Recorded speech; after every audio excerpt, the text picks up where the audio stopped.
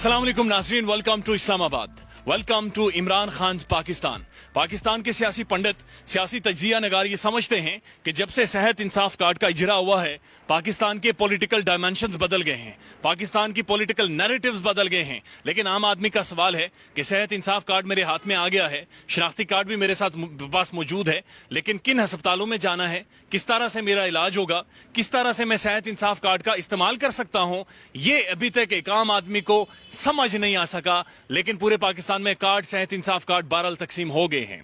आज हम आपको बाकायदा डेमो करके बताएंगे कि कोई भी पेशेंट पाकिस्तान में जिसके पास आइडेंटिटी कार्ड है या फिर सेहत इंसाफ कार्ड है, वो किस तरह से इसका इस्तेमाल कर सकता है। हॉस्पिटल्स में जाएंगे तो हॉस्पिटल्स के क्या प्रोटोकॉल्स हैं, पहले काउंटर पर जाएंगे तो क्या होगा, ओपीडी में कैसे जाएंगे, आपकी एडमिशन कैसे होगी और उसके बाद आपका ट्रीटमेंट कैसे होगा, प्रैक्टिकली स्टेप बाय स्टेप आपको दिखाएंगे। आप सियासत और पीके देख रहे हैं, सोहराब बरकत आपसे मुखातिब है।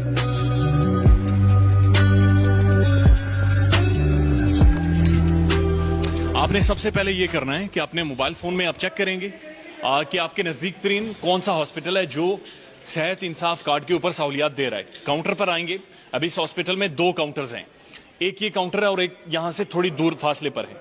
यहां पर ये आपको वाजे हो जाएगा कि ये सेहत सहूलत का काउंटर है, ये इनका अमला है, ये इन्होंने जैकेट्स प्रॉपरली पहनी हुई हैं, सेहत सहूलत प्रोग्राम इनकी छाती पर लिखा हुआ है। पहला प्रोसेस ये है कि इस काउंटर पर आना है और सबसे पहले ये अमला आपकी तस्दीक करेगा कि क्या वाकईतन आप एलिजिबल हैं या नहीं हैं। आपने इनके सामने अपना शनाख्ती कार्ड देना है या सेहत इंसाफ कार्ड देना है, राइट? जी सर बिल्कुल सर। आपने शनाख्ती कार्ड दूं या सेहत इंसाफ कार्ड दूं? जी बिल्कुल सर, अपना सीनेसी देना है। शनाख्ती कार्ड ना, आपने इन्हें शनाख्ती कार्ड देना है पहले काउंटर पर आकर, ताकि यहां से पता चल जाए कि ये मेरे पास सेहत इंसाफ कार्ड है, ये दे रहा हूं, लेकिन आप शनाख्ती कार्ड भी दे सकते हैं। यहां पर ये लीजिए, यहां पर जो आपका आइडेंटिटी कार्ड है या आपका सेहत इंसाफ कार्ड है, डेटा के थ्रू ये चेक करेंगे कि क्या वाकईतन आप एलिजिबल हैं या नहीं है, आपका डेटा यहां पर मौजूद है कि नहीं है। ऑलराइट, यहां से आपकी तस्दीक हो गई है। अब आपने आगे जाना है ओपीडीज की तरफ, ताकि डॉक्टर डायग्नोज कर सके कि आखिर आपके साथ मसला क्या है या आपको कौन से मेडिकल ट्रीटमेंट की जरूरत है। अब इस हॉस्पिटल में यहां पर ये ओपीडीज बनाई गई हैं, ये बैठने की जगह है और यहां पर कोई तफरीक नहीं है कि आप सेहत इंसाफ कार्ड यूज कर रहे हैं या कोई प्राइवेट पेशेंट्स हैं। ये सारे कंसल्टेंट्स हैं जिनके मुख्तलिफ ऑफिसेज हैं, इनके पास आप जाएंगे, ये डायग्नोज करेंगे और उसके बाद बाकायदा ये विद द प्रिस्क्रिप्शन ये आपको रेकमेंड करेंगे कि आया आपको वापस घर भेज दें या फिर आपको एडमिट करने की जरूरत है या नहीं है। यहां ओपीडी से चेकअप के बाद आप वापस आएंगे इस काउंटर पर जो कि सेहत इंसाफ का काउंटर है, वहां पर जाएंगे और वहां से वो एक आपके लिए रेफरल लेटर निकालेंगे जिसके ऊपर तमाम तर डिटेल्स लिखी जाएंगी। आप आइए, मैं आपको दिखाता हूं।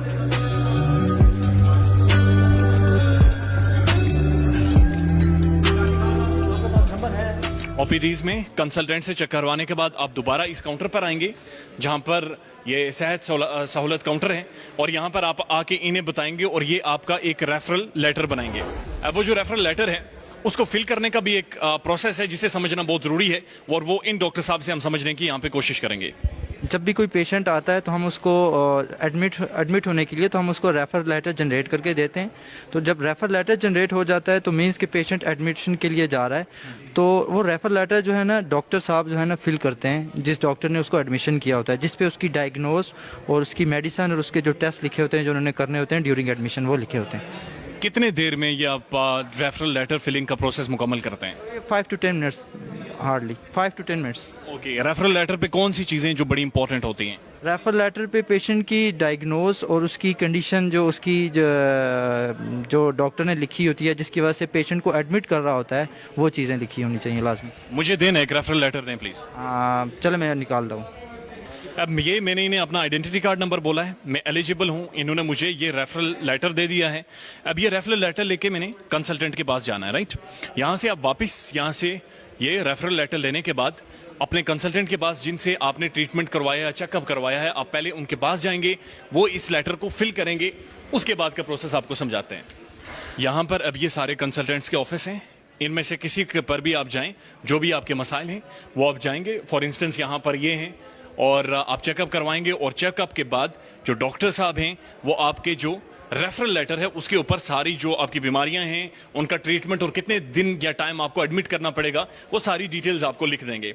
अब यहां से आप वापस निकलेंगे कंसल्टेंट के साथ, एक बार फिर आपने उनके साथ इंटरेक्शन हो गया, अब आपने एडमिट होना है।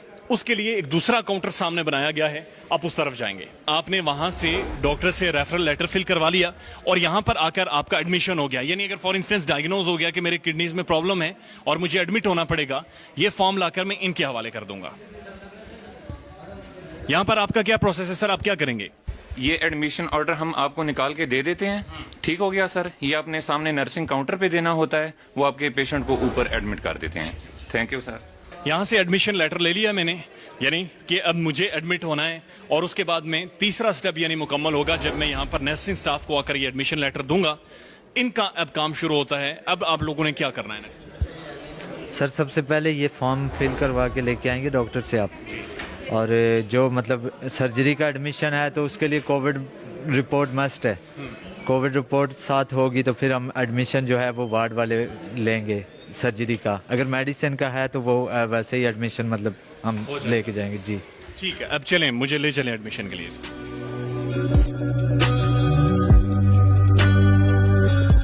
सर ये एडमिशन मैं लेके आया हूँ, नीचे से आपका सारा प्रोसेस मतलब आपका कंप्लीट हो गया है। तो अभी मैं आपको वार्ड में जो नर्सिंग स्टाफ होगा उनको मतलब आपका एडमिशन ऑर्डर दूंगा और उससे आगे वो मतलब आपके करेंगे। चलें, यहां से ये मेरा एडमिशन ऑर्डर और उसके बाद मुझे वार्ड में बाकायदा शिफ्ट करेंगे। यहाँ से आपको वार्ड में शिफ्ट करने के बाद आपके एडमिशन ऑर्डर जो है उसे कैरी किया जाएगा। जो भी एडमिशन ऑर्डर होंगे वो हम देखेंगे, वो सारी मेडिकेशन उनकी मंगवाएंगे और जो फर्दर प्रोसीजर होगा वो वार्ड में जो नर्सेज होते हैं वो परफॉर्म करते हैं। क्या हम वार्ड्स वगैरह देख सकते हैं जहां पर सेहत इंसाफ कार्ड के ऊपर लोगों को आपने एडमिट किया हुआ है? जी जी जी, आप ज़रूर देखें।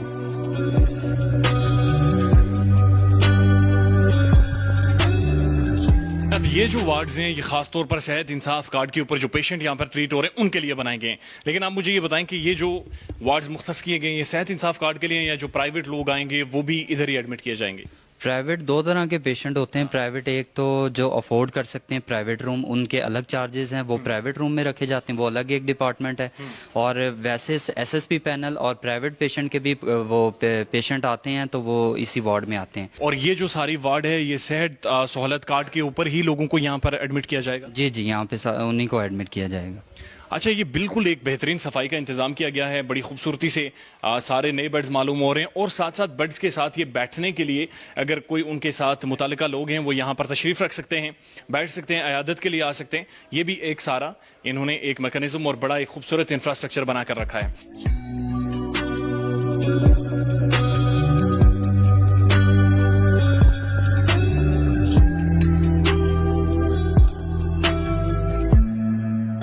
आप भी यहाँ पर सेहत इंसाफ कार्ड की सहूलत के ऊपर एडमिट हैं? जी बिल्कुल, मैं सेहत कार्ड की सहूलत पे कितने दिन हो गए आपको? आज मेरे 2 दिन हो गए जी। मुतमईन है इस सारी सहूलत से? इंशाल्लाह मुतमईन हूँ जी।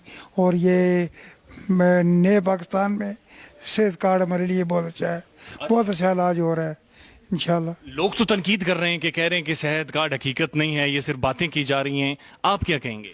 सर जी ये बिल्कुल हकीकत है और जो है बाकायदा मेडिसिन मिल रही है हमें, हर तरह की यहाँ सहूलत मौजूद है, ऐसी कोई बात नहीं है जी। आप खुश हैं? जी हाँ, मैं खुश हूँ जी इंशाल्लाह। गवर्नमेंट का जो सेहत इंसाफ कार्ड है, आप समझते हैं कि आम आदमी तक उसका जो असरात हैं समरातें पहुँचे? जी बिल्कुल, ये मैं कहता हूँ कि इंशाल्लाह ये जो सेहत कार्ड है ये एक सबके लिए है। ये इंशाल्लाह ये यहाँ का जो इंतज़ामिया स्टाफ भी बहुत अच्छा है। सबसे लो पटिशन में आपके सामने बंदा खड़ा हूँ, सबसे ज़्यादा मतलब लो पटिशन आदमी हूँ, ठीक है। और मेरा इधर मरीज़ है, अल्हम्दुलिल्लाह ये अस्पताल बहुत अच्छा है, ये लोग बहुत अच्छे हैं, डॉक्टर बहुत अच्छे हैं। और सबसे बड़ी बात है जो खान साहब ने ये काम किया है ना, ये बहुत अच्छा काम है।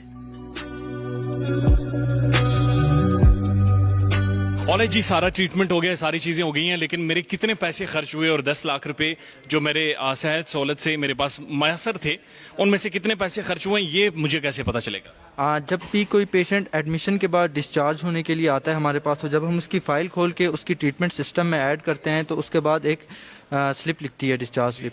डिस्चार्ज स्लिप में उसके जितने भी एक्सपेंसेस है उसकी सारी डिटेल होती है और जो पेशेंट ने नंबर एडमिशन के टाइम पे दिया होता है उस पर भी उसको मैसेज आ जाता है कि आपके इतने एक्सपेंस हो गए हैं during treatment in that hospital. और उसके बाद यानी बाकायदा आप एक स्लिप जारी कर देंगे जिससे पता चल जाएगा कि मेरे इतने पैसे यूज़ हो चुके हैं? जी बिल्कुल। और जी ये था सारा सेहत इंसाफ कार्ड का प्रोसीजर। इस तरह से आप आएंगे और ये स्टेप बाय स्टेप जाकर आप अपनी इलाज करवा सकते हैं, अपना ट्रीटमेंट करवा सकते हैं। और ये एक लैंडमार्क डिसीजन है प्राइम मिनिस्टर खान की तरफ से। और सेहत एक बुनियादी जुज़्व होता है किसी भी रियासत का, और एक वेलफेयर स्टेट का काम होता है कि वो अपनी शहरियों को सेहत की जो सहूलत है उसकी यकीन दहानी करवाए। ये एक पहला स्टेप है टुवर्ड्स आ वेलफेयर स्टेट। अपना ख्याल रखिएगा और हमारे चैनल का भी। अल्लाह हाफिज़।